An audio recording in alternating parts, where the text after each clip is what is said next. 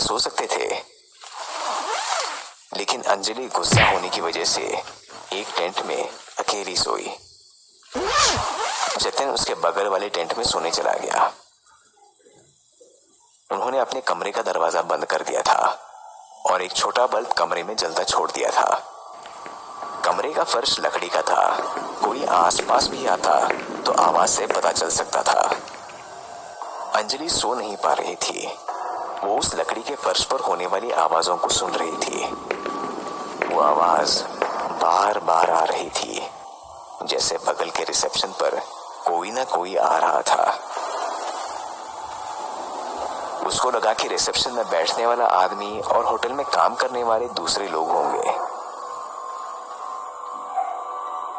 तभी उसको बाथरूम जाने की जरूरत लगी और उसने बगल वाले टेंट से जतिन को उठाया।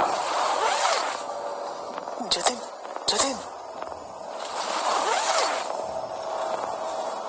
जतिन, रुक, मुझे बाथरूम जाना है। जतिन ने उसे चिढ़ते हुए देखा। वो अभी भी नींद में ही था। बड़ी मुश्किल से उठकर आधी नींद में वो टेंट के बाहर आया। वो आवाजें अभी भी आ रही थी। अंजलि को लगा कि कमरे का दरवाजा खोलते ही उसे कोई बाहर मिल जाएगा।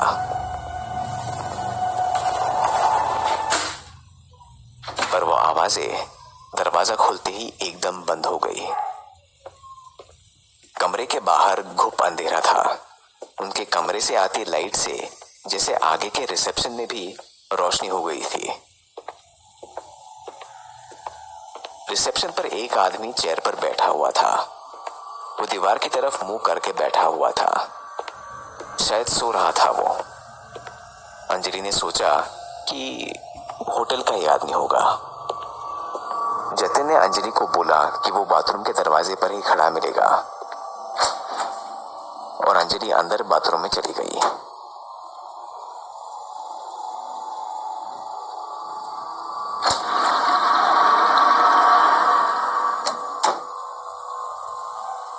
वो बाहर आई और जतिन उसको वहीं पर खड़ा हुआ मिला।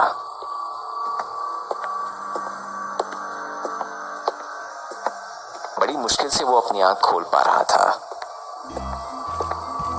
जैसे ही वो अंदर कमरे में गई और दरवाजा बंद करने लगी, उसने रिसेप्शन पर पड़ी हुई उस चेयर को देखा। चेयर खाली थी। वो आदमी कहाँ गया? कौन? वो आदमी जो इस चेयर पर बैठा हुआ था। मैंने किसी को नहीं देखा। अंजलि बहुत डर गई थी। वो जैसे ही अंदर गई,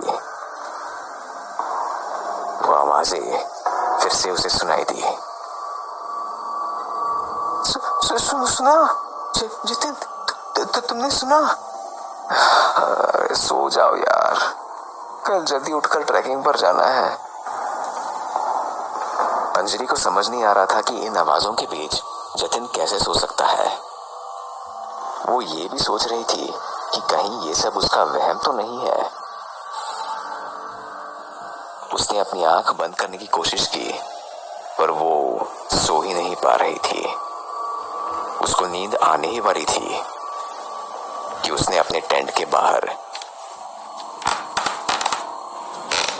एक आदमी को झांकते हुए देखा।